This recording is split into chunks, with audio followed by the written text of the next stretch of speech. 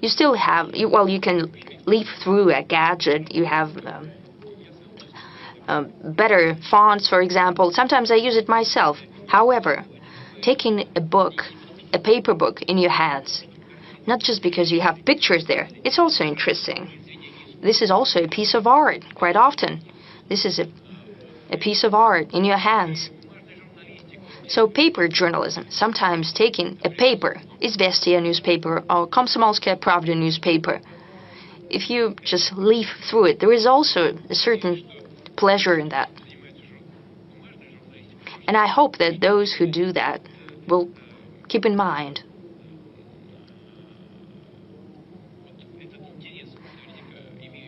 And I'm sure that there is interest from the public towards paper journals, but most important thing is the content. Whatever the vehicle, whatever the media, but as Vlad, the paper said, most important is the content, and if a paper has decent and interesting content compared to some internet foam. Let's talk about health. This is one of the topics that's of great interest for Russians. It's ranking number 2. Lack of doctors in clinics, lack of drugs, and so on. I suggest we connect to Irina Sychova from Nizhny Novgorod. Your question. Mr. President, good afternoon. My name is Irina Sychova. I'm from Nizhny Novgorod city. I have an appeal to you. Please take a look at our medicine that is free of charge, our healthcare. I would like to thank you for the renovated facilities of the clinics. Thank God they're being improved. However, the clinics are lacking specialists as well as GPs. Doctors are leaving for commercial clinics. What are we to do? We pensioners. I cannot sign up my father for a visit to cardiologist. The doctor receives patients only once a week. There is no electronic queue because the doctor is not fully employed at the clinic. You have to start standing in the queue at 5 a.m. to get to sign up for the visit. And the queue is standing outside till 7 a.m. Many elderly people cannot stand up to the test of that. We hope that you'll be able to look into that and sort this out. Thank you. Irina Sychova. Madam Sychova,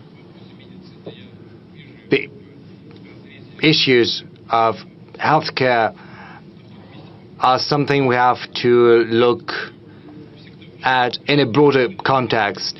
It ranks second in terms of importance, and the same goes for any country, for developed nations in particular, because there this issue sometimes is even more relevant. But we shouldn't think about them, we should think about ourselves, about home. So thank you for pointing out that the clinics are being renovated. It's a good sign. It means that something good is happening. We have a whole program dedicated to this matter. But the most important thing with the specialists, with the personnel, is related to the first stage of our healthcare system. You know, we've got the hospitals, and there the problem with doctors is almost non-existent, whereas in the first stage, the clinics working with patients directly are a weak link. And the most important thing is to organize healthcare across different regions of Russia.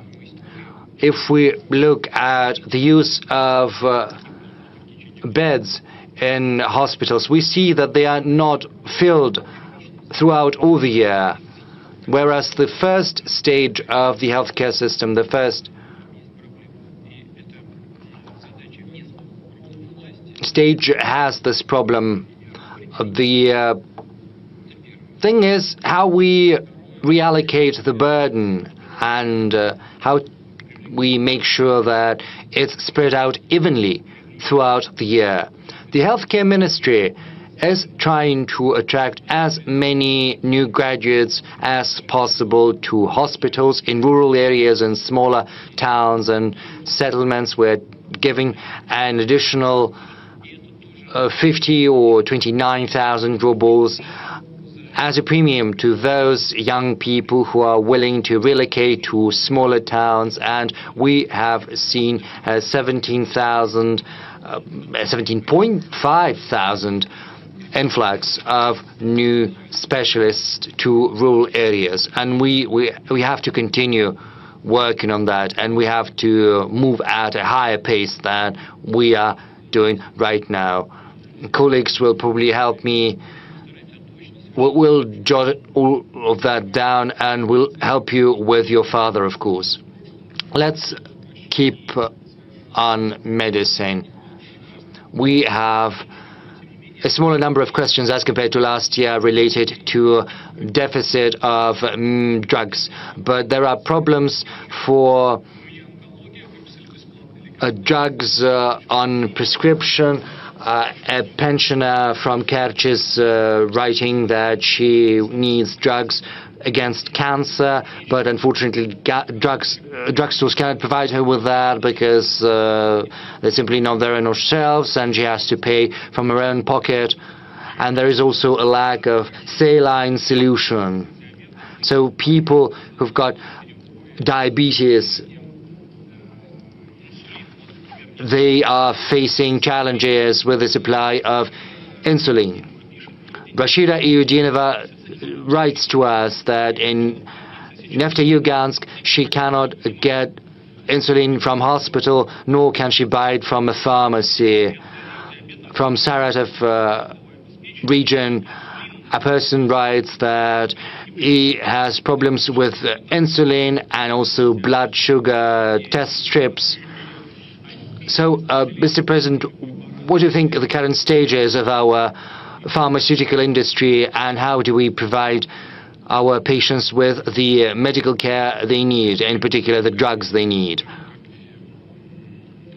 This is the question of the utmost importance, just as the supply of medical specialists. Pharmaceutical industry is one of the most important avenues we're pursuing. When I was the chairman of the Russian government, that was back in 2008, back then we embarked on the path of building our own pharmaceutical industry. Back in 2008, we started talking about that. We drafted programs dedicated to the subject. In 2009, the first programs were set forth. They bore different names, but the substance has always remained the same, and that substance is building our own pharmaceutical industry. I do not remember how much money we allocated back then. Pharmaceutical industry was being developed thanks to the government support, to a large extent, using the money earmarked from the federal budget. Whereas currently, our pharmaceutical companies, for the first time in history over the several last years, have started channeling their own money into research and development to the tune of dozens of billions of rubles, I think 40 billion rubles or so. They've got their own development programs.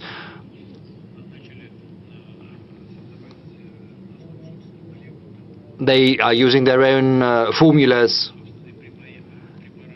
to create new medications.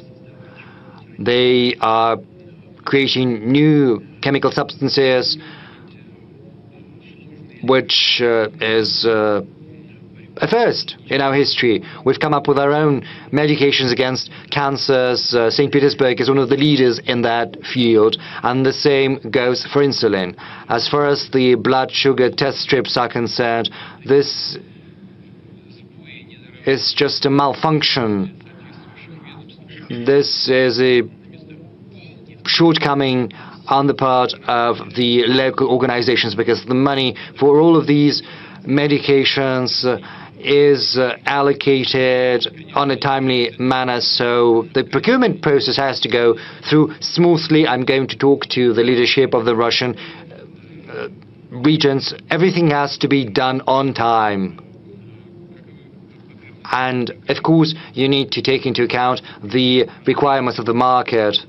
We have a special program dedicated to the development of the pharmaceutical industry, which is currently part and parcel of the technological leadership program. There's a special subsection within that project related to essential medications. By 2030, we need to supply 90% of our own medications, and as far as medical equipment is concerned, the figure is 40%. So we are making good headway, but of course we've got all of this big work cut out for us, and malfunctions do happen. I know that you have spoken about deficit of insulin. Well, actually we have enough of insulin. The same goes for saline solution. I'm aware of that. I'm trying to follow all of that as far as saline is concerned. It's not about saline, it's about packaging. It has to be supplied on time. Two ministries, the Ministry of Healthcare and the Ministry of Trade and Industry, did not take the timely decision on the price of the packaging. And the price was not competitive for the producer, so they had to buy some of the packaging from abroad. Right now, the decision has been made, and I'm hopeful that these malfunctions will not happen in the future. But we'll have a look at all of that in future. Mr. Peskov, over to you. Yes, let's move back to the audience. You know, we won't get far this way. Well, let's not do it like this. You know, we'll be plunged into chaos and we won't be able to deal with that. I'm sorry. Ksenia Aksionova, Spas TV channel. You know, there's a person whom you have great respect for. That is the spiritual father, Father Nostrin. He said that we need to prohibit abortions, four-letter words, and we also have to bury Lenin's body. The first thing, the patriarch has said that abortions have to be prohibited because they only mutilate the bodies of our people. Secondly, you have spoken about the four-letter words. You said that it's basically invoking dark forces, and I would like to ask you about dark forces because right now Russia is plunged into renaissance of occultism, readily available pornography, and people spend more money on pornographic websites and extrasense and spiritualist than on anything else. And the third component is burying Lenin. I'm not talking about the assessment of his activities, but about respecting the will of his family, because, you know, an embalmed body in a mausoleum is a godless tradition. What prevents us from burying the body of Vladimir Lenin? Well, I am confident that these are not the questions for the big press conference. These questions are very sensitive as far as abortions are concerned. Of course, we have to think about respecting religious convictions. They have to be protected, of course, on the one hand. On the other hand, we have to address the demographic issues, but we also have to think about the level of welfare of Russian families with children. We have to think about their future, and we also have to think about the right of women to make these decisions.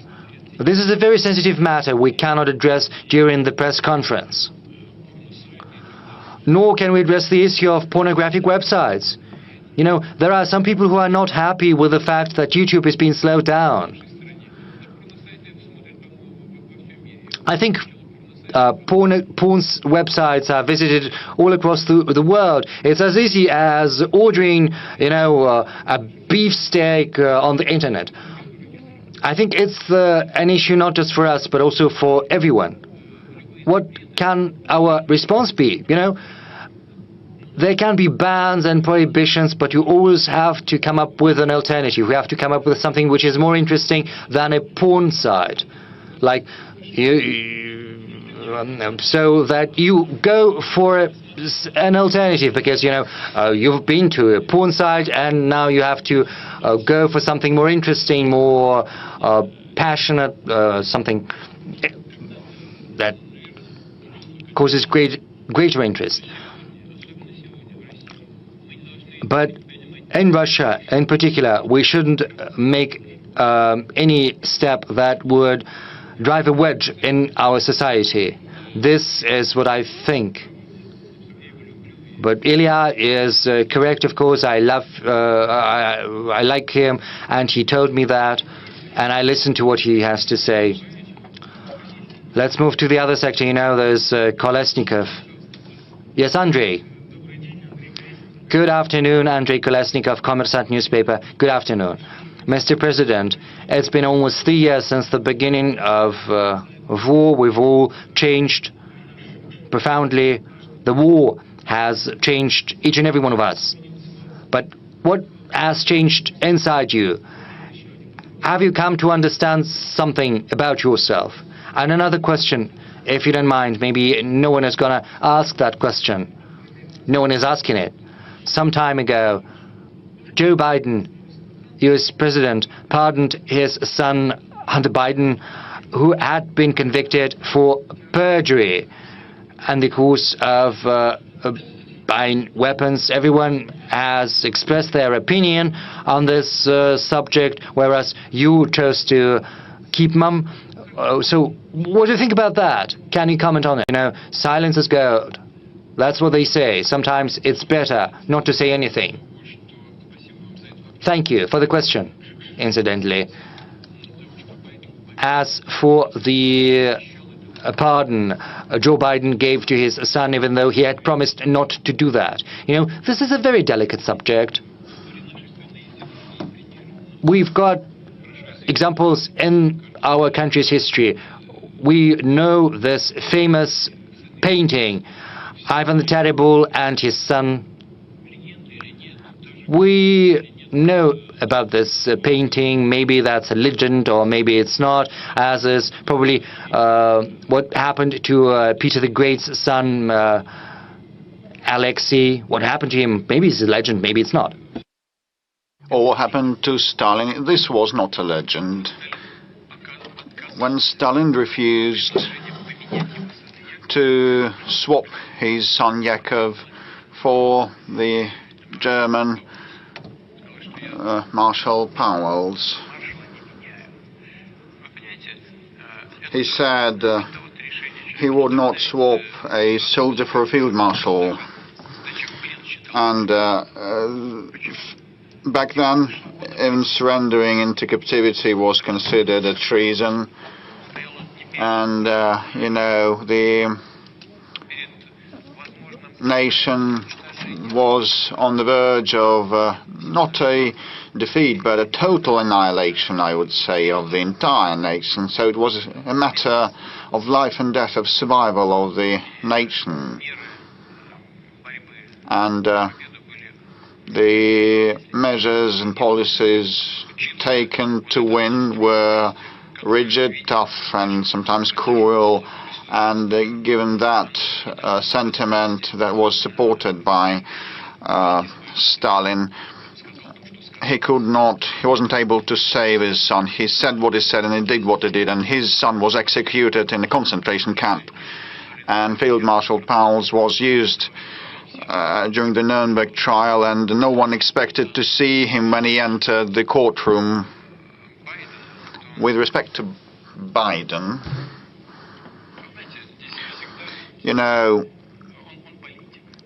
he's a politician,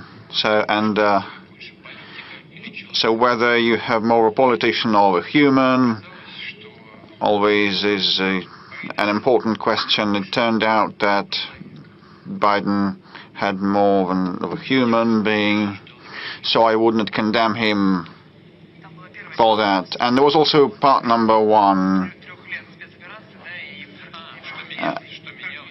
Whether you have changed over the past 3 years. You know, we all keep changing every day, every hour. All the visitors of this room, all the streamers, we are in a flux, and those 2-something years have been, well, a tribulation for everybody, for the entire country, and for myself.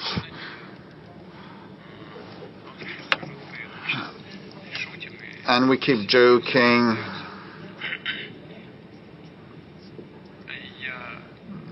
Despite that it has been a trial. And I almost ceased laughing, and I now joke much less. And there is also one more circumstance. I started improving the skills that I have in the search of key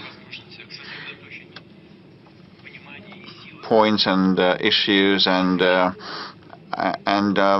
my concentration capability to resolve them. The opposite sector, I can see RBC news outlet. Will you pass the mic? Polina Himshashvili, RBC, as a follow-up on the question, you said that you now laugh and smile less. Could we return to February 2022? Would have changed your mind? Well, it is a hypothetical question. Had we had a chance to go back, looking with hindsight, knowing what is happening now, I would have thought probably back in 2022, I would have thought that the decision made in early 2022 ought to have been taken earlier. This is number one. And number two, well, we ought to have started getting ready for those developments and the special military operation before. And the Crimean developments were kind of off the cuff, offhand, impromptu. And the 2022 also, we started because we could not tolerate it anymore and wait for the situation to deteriorate further.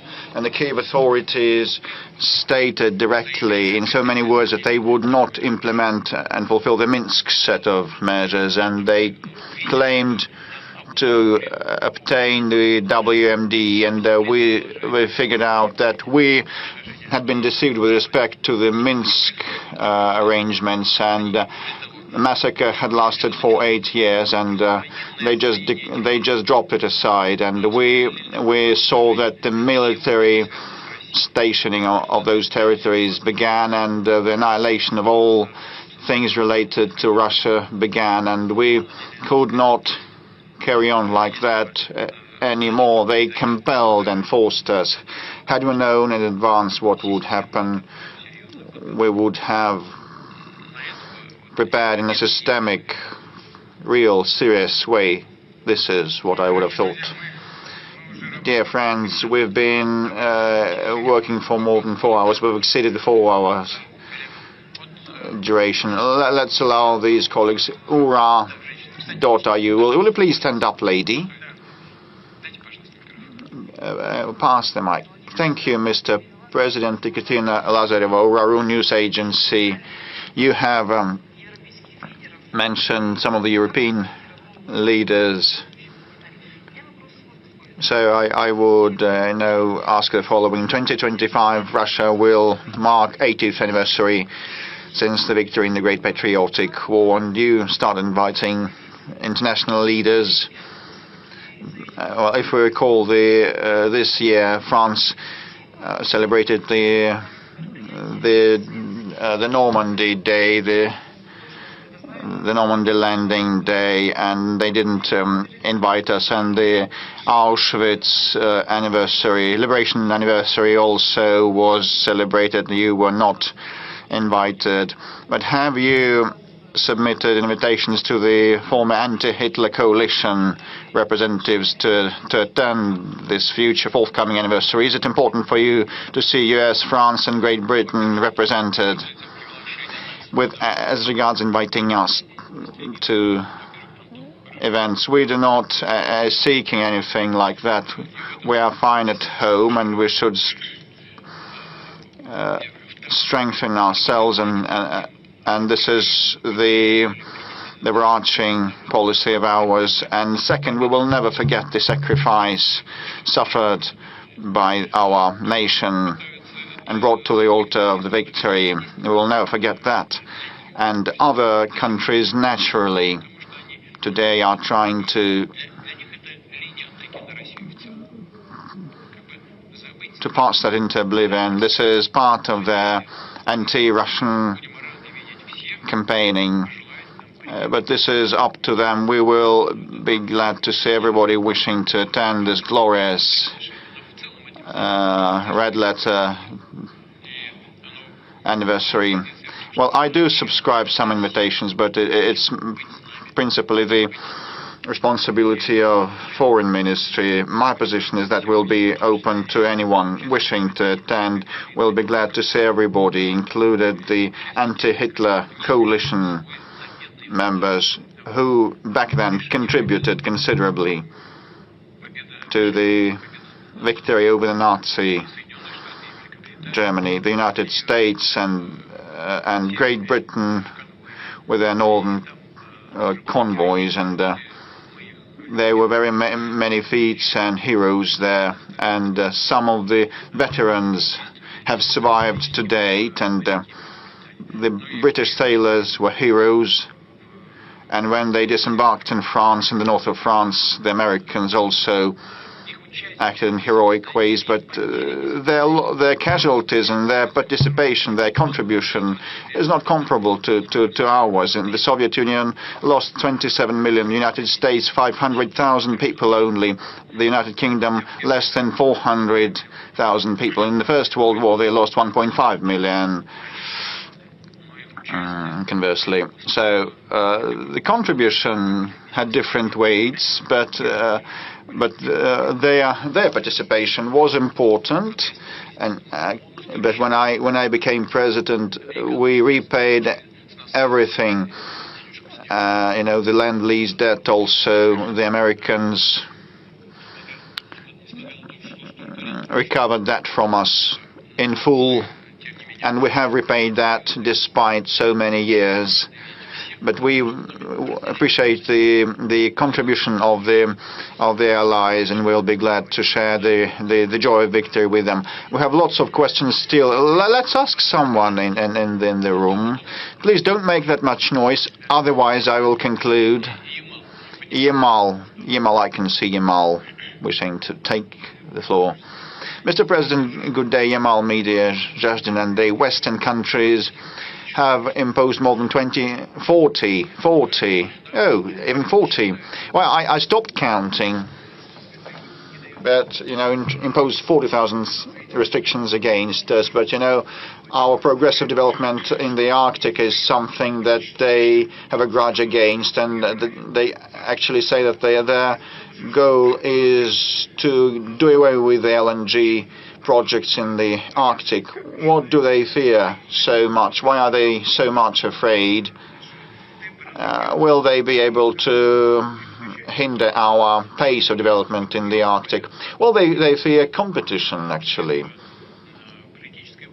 This is why they use politics for unfair competition. Novatek is a well-known company that is not a global leader. Other companies and countries produce more LNG, but ours keeps growing, and they want to impede that growth. This is kind of unfair ways to restrain competitors, and this is bad for them if they fight competition like this with non-economic means. That they will lose their competitiveness one day. It may not happen tomorrow, but that will happen for sure if they continue in this vein. Have they been impeding us? Yes, they have. They have been putting handicap on us. Will they be able to kill it off completely? No. They will do damage to us. But, we will find a way out supplying energy, given the fact that the demand for energy will keep growing in the global economy as it develops. This is the data of the global economic institutions and their opinion. So this product will enjoy demand in the global markets, and we will keep advancing our projects and increasing our share in the LNG market. And with respect to pipeline gas supplies, Ukraine has declined to extend the transit contract. It was Ukraine, not us, Ukraine declined to extend the gas transit contract, despite the fact that they received $700 to $800 million per annum for gas transit. Now, the question is what is to be done about that. But this is not our problem. Ukraine has cut off our gas supplies to European customers and consumers.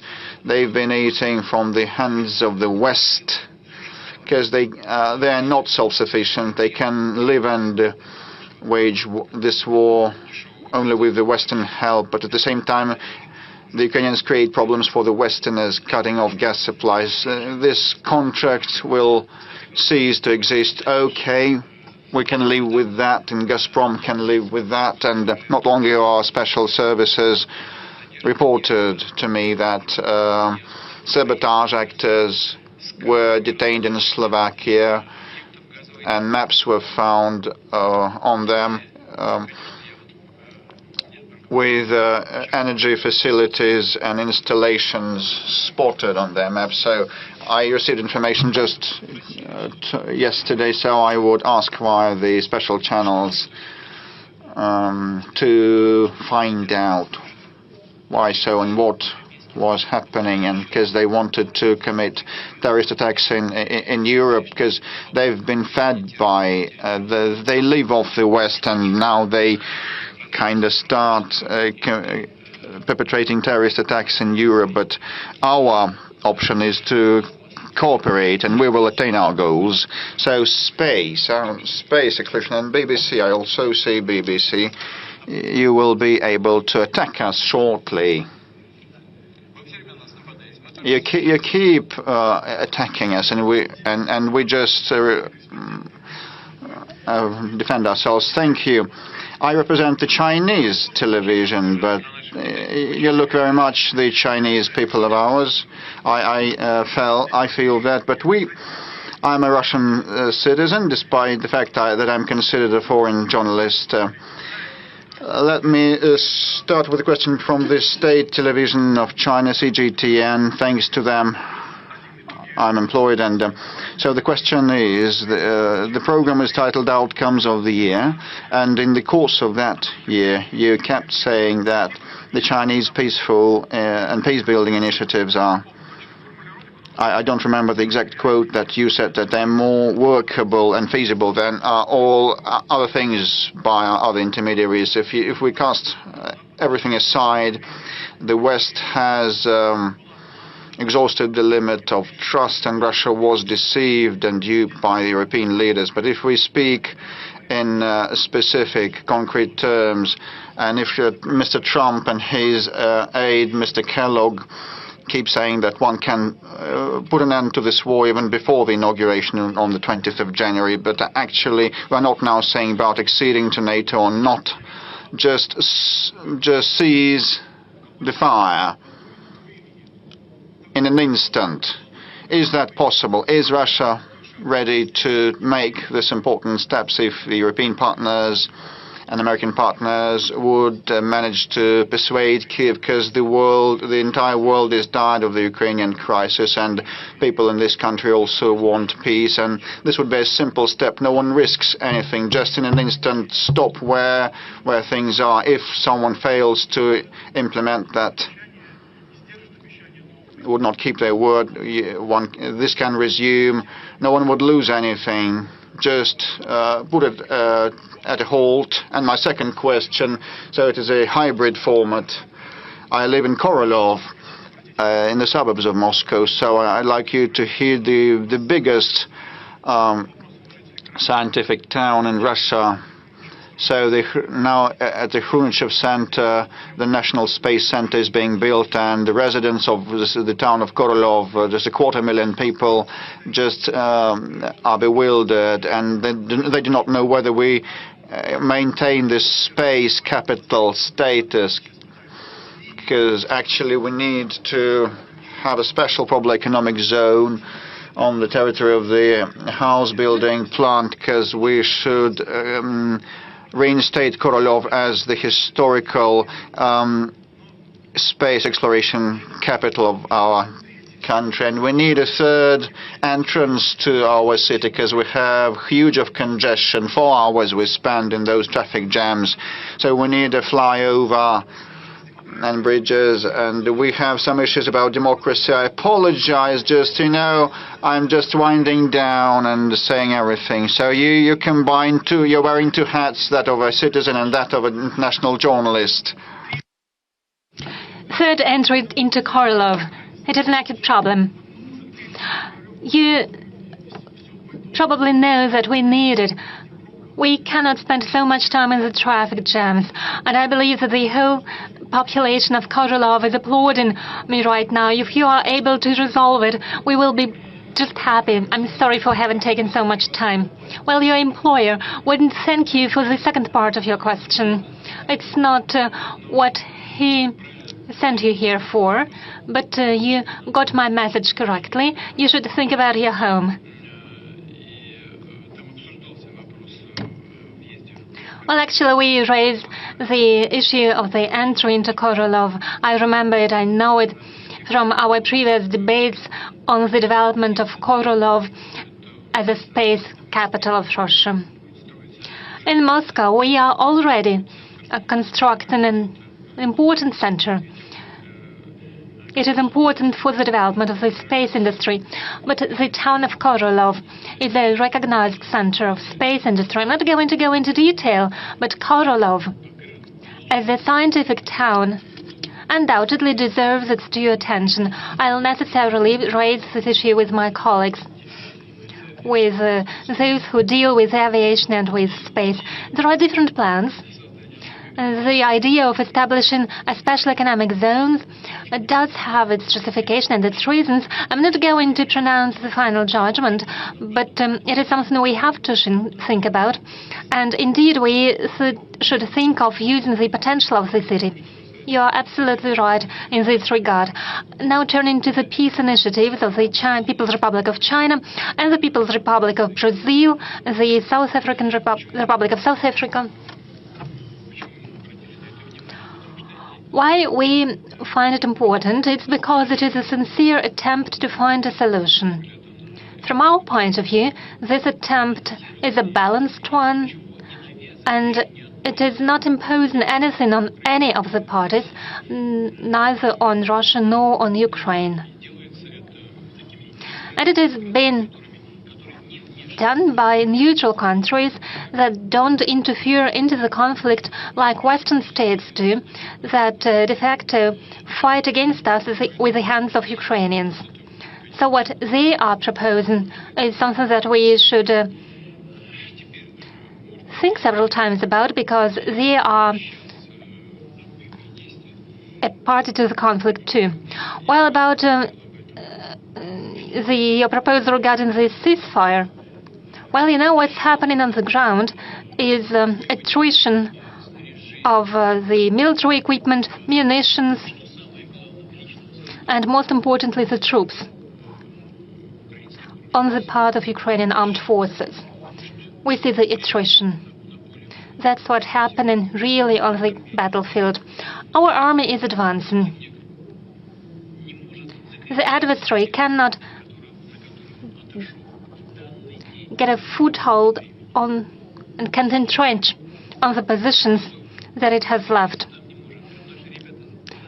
They leave the areas And even if they take over some areas, they cannot entrench in these regions.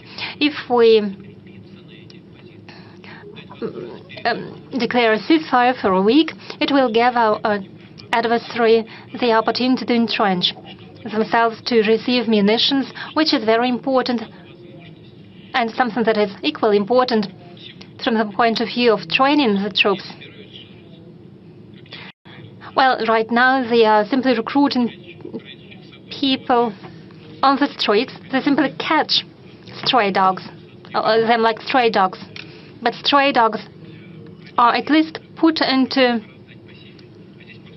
special centers, and here they simply catch people in the streets and send them to the front line. That's what we see on the front line, on the battlefield. They are not trained properly. It's not how soldiers were trained during the Soviet times. Even those who received trainings in the Western countries cannot be compared to those who had been trained in Soviet times, because they are prepared and trained by those who have never been on the battlefield. So how can they train others? So a long ceasefire, relatively long ceasefire period, will give an adversary the time for training and retraining of personnel. In the battalions, they have 35% of the troops, the necessary troop numbers. So they'll receive time to re-equip their divisions. What we need is not a ceasefire. Instead, we need a lasting peace with guarantees for the Russian Federation. It is a complicated question how we can ensure these guarantees, but we could think about it. As for short-term ceasefires, it was a proposal by the Prime Minister of Hungary, Mr. Orban. That's what he said. I hope Victor will not be angry with me if I reveal at least one part of our conversation. He said, "What would it cost to you if you announced to declare a ceasefire for at least a day or two?"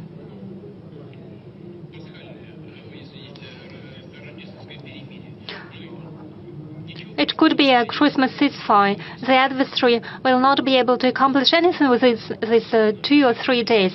And I said, yes, probably you are right, but would you first talk to the Ukrainian side? At least 3 times did we agree to similar actions when it came to the navigation in the Black Sea, when it came to the energy infrastructure, and so on and so forth. Erdogan made proposals. Ask your president. He was a mediator, and as a mediator, he made a proposal. I said, I need time to think about it. Next day, I called him, and I said, okay, we agree. But next day, head of the Ukrainian regime said, no ceasefire, no talks. I called later on Erdogan, and he says, well, those are our partners. And now I asked Orban. He suggested a Christmas ceasefire, and he also proposed a prison exchange. I didn't say no. I said, well, I will have to think about it in principle, but go and ask them. He went and asked them. Next day, head of the regime said there would be no ceasefire and no prisoners exchange. That's the answer to your question. We've been on air for more than 4.5 hours. We are going to an end. Now, what is the BBC? They promised to attack us. Well, they do so without any promises. That's what they receive money for. Exactly 25 years ago, Boris Yeltsin resigned office, and he handed over the power to you, and he told you, stay on guard. 25 years later, would you say you have succeeded in it? Because from our part, we see significant losses during the so-called special military operation that you have declared. We see Ukraine soldiers in the Kursk region. You criticize the NATO expansion and enlargement, but there is now a greater NATO presence at the Russian borderline. I mean in Sweden and Finland, we have demographic and economic problems. What do you think? Have you succeeded? Yes. I believe I have. I believe we have moved away from the drink of an abyss, because what happened to Russia before that and after that was leading us to a complete and total loss of our sovereignty. And without sovereignty, Russia cannot exist as an independent state. I would like to draw the attention to what you said about Boris Yeltsin. It looked good. One patted him on his shoulder. One preferred not to notice when he drank a bit more than he should. And he was warmly received in all Western circles. But when he raised his voice to protect Yugoslavia, when he said that it contradicted international law in the UN Charter, as soon as he said that it was unacceptable in modern Europe to attack Belgrade, the capital of a European state, without any sanctions imposed by the UN Security Council, immediately was he persecuted, and immediately one started criticizing him. Don't you remember it? And I've done my utmost to make sure Russia is a sovereign and independent power that is capable of taking decisions in its interest and not in the interest of those states that tapped it on the shoulder in order to use it for their own purposes. It's where I could stop my answer. I understand that you provided many arguments to substantiate your point of view. You mentioned inflation. Yes, we have inflation. We are going to fight against it. But we have good economic growth. We rank number 4 worldwide in terms of purchasing power parity. Please share it with your audience. We rank number 1 in Europe. We have left the UK behind. But we are ready to work with the UK if the UK wants to work with us. But if it's not the case, we can do without it. We can do without our former allies in the anti-Hitler coalition. Mr. President, there are many questions from the Russian citizens, so I suggest that we move on to the Blitz format. Do you have a personal dream? Of course I do. But it is a personal dream. May I please keep it to myself? A question from social networks. Alexandra Okupova asks, are you a happy person? Do you think it is a question for a Blitz? Shall I say yes or no? Well, how can I put it? Yes or no?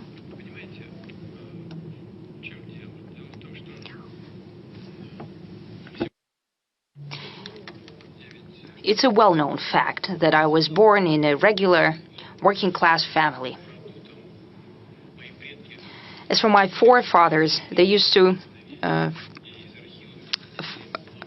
cross the Danube River, and I have a document that says that one of my forefathers was awarded the St. George's Cross for that. Later, all of my relatives on my mother's side, on my father's side, fought in a great patriotic war. Every second of them died. My father was invalided out of the Great Patriotic War. I used to serve in Foreign Intelligence Service, so my work has always been connected to serving the motherland. And the fact that the Russian citizens, the people, have entrusted me with leading the Russian state is a tremendous honor and tremendous responsibility.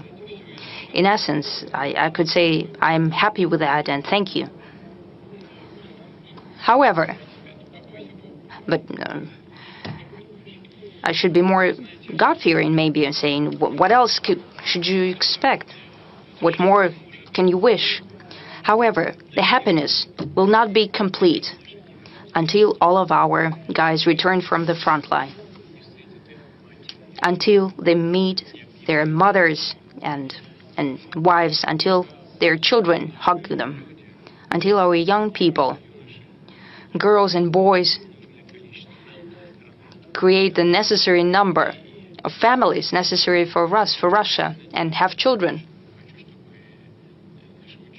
I really want our scientists and cultural figures and so on, I hope they can fulfill themselves, and then I can say that I'm happy. There was a question from St. Petersburg. Why are you being called different names by the foreigners and you don't respond? It depends on the level of class. As I said before, they call the names due to their impotence. Why should we show our impotence then? We have enough arguments to clearly present our position. An SMS from Stavropolsky region. Do you have a task that you hate? No. If people have trusted me enough to perform the function of the president of the country, there are certain responsibilities. So I approach it in the way that I must perform them in full, giving it my all. But I know if I start hating something or not loving something that's part of my duties, then I will not achieve the necessary result. Therefore, I have created a mentality for myself that I need to do everything with pleasure. Novgorod region, whose portrait you have in your office? I don't have a portrait. I have an icon in one of my working offices. In another one, I have a bust sculpture of Lomonosov. Would you give political refuge to Zelensky because he will need it very soon? I don't think he will need it. It is quite possible. Well, I don't know how he will act. But quite possible, just like some people from the supreme leadership of Ukraine, they have traveled abroad. And quite possibly he will do so. People whose interests he's serving right now will take care of him.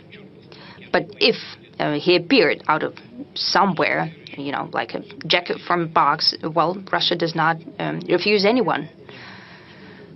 A question from Tatiana Kostychenko. What is Russia for you? This is a comprehensive question. Russia is a map. Just like any country, it's a tremendous territory. It's not only territory. This is history, culture, our customs and traditions. All of it is Russia. However, the most important thing is people.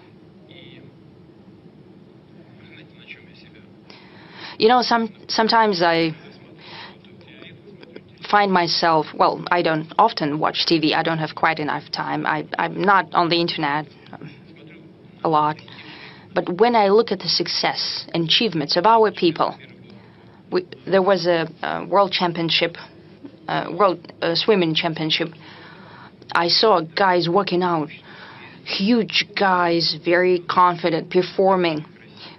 World championship, champions, and beautiful girls.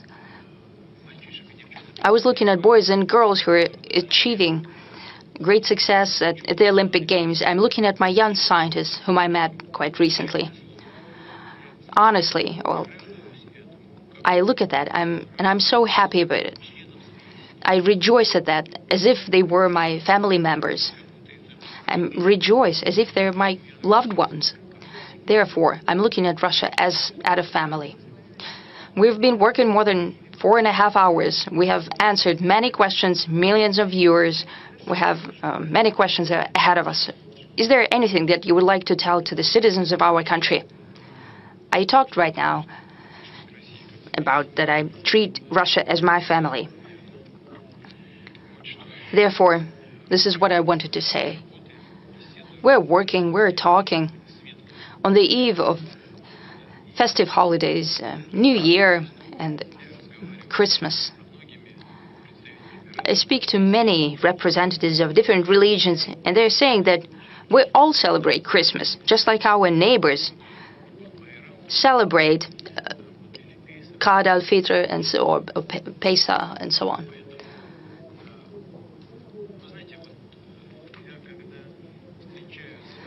You know, when I meet with the representatives of different religions, I ask them, when you talk to people, just a regular conversation, what do people tell you? What do they regret? It's not naturally the secret of convention. But you know what people regret? They did not spend enough time with children, or did not dedicate enough attention to children. On the eve of the New Year, which is a family holiday, and especially Christmas, I would like to wish everyone to dedicate more attention to your loved ones. I would wish to all of you success, well-being, and health. Thank you.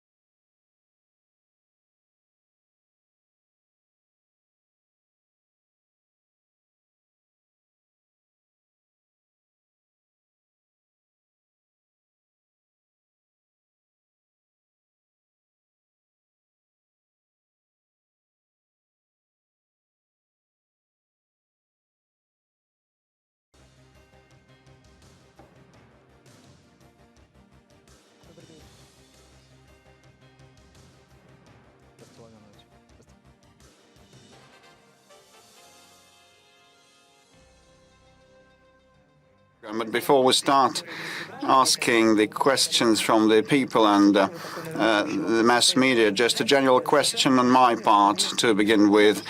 We feel that the world has either gone crazy or is going mad. The conflict potential is soaring. The global economy is in a difficult, dire situation. How is Russia managing to keep afloat and keep growing? You know, when everything is calm and tranquil and stable, we're bored. Well, it's stagnation. We want some commotion.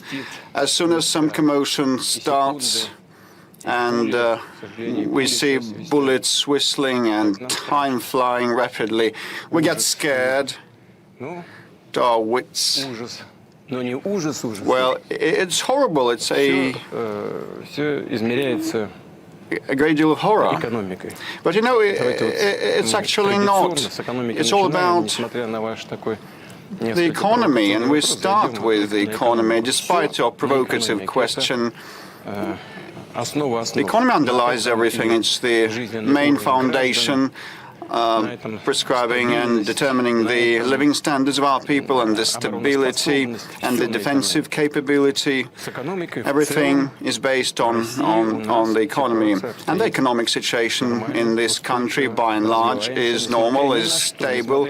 We keep advancing against all odds, despite external threats and in attempts to impact us. Last year, the economic growth was at 3.6% in annualized terms, and this year is going to be at 3.9 or even 4%. We'll have to double-check that, because at the end of the year, well, we will see some numbers, and we will recap in the first quarter 2025.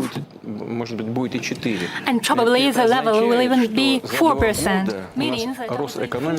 And matters of the growth of the economy was some 8% in total, because as the experts say, I've exchanged opinions in the morning.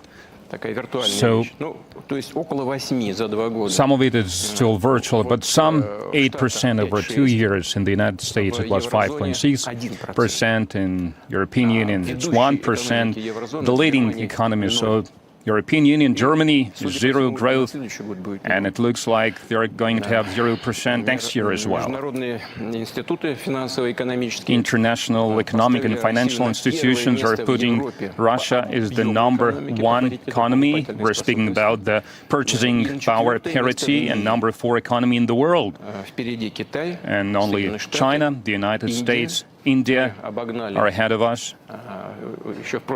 So we are ahead of Germany, and this year we have outrun Japan as well. But this is not an indicator that we should get complacent about. Of course not. Everything is developing, everything is advancing, and while the European Union is sleeping, there are other centers of the global development, and they are making progress. And in Europe and in the United States, this situation is changing as well.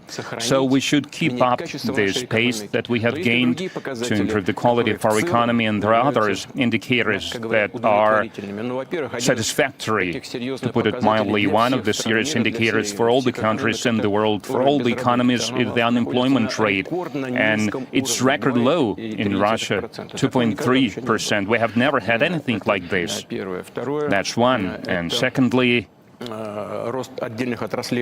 growth of individual industries.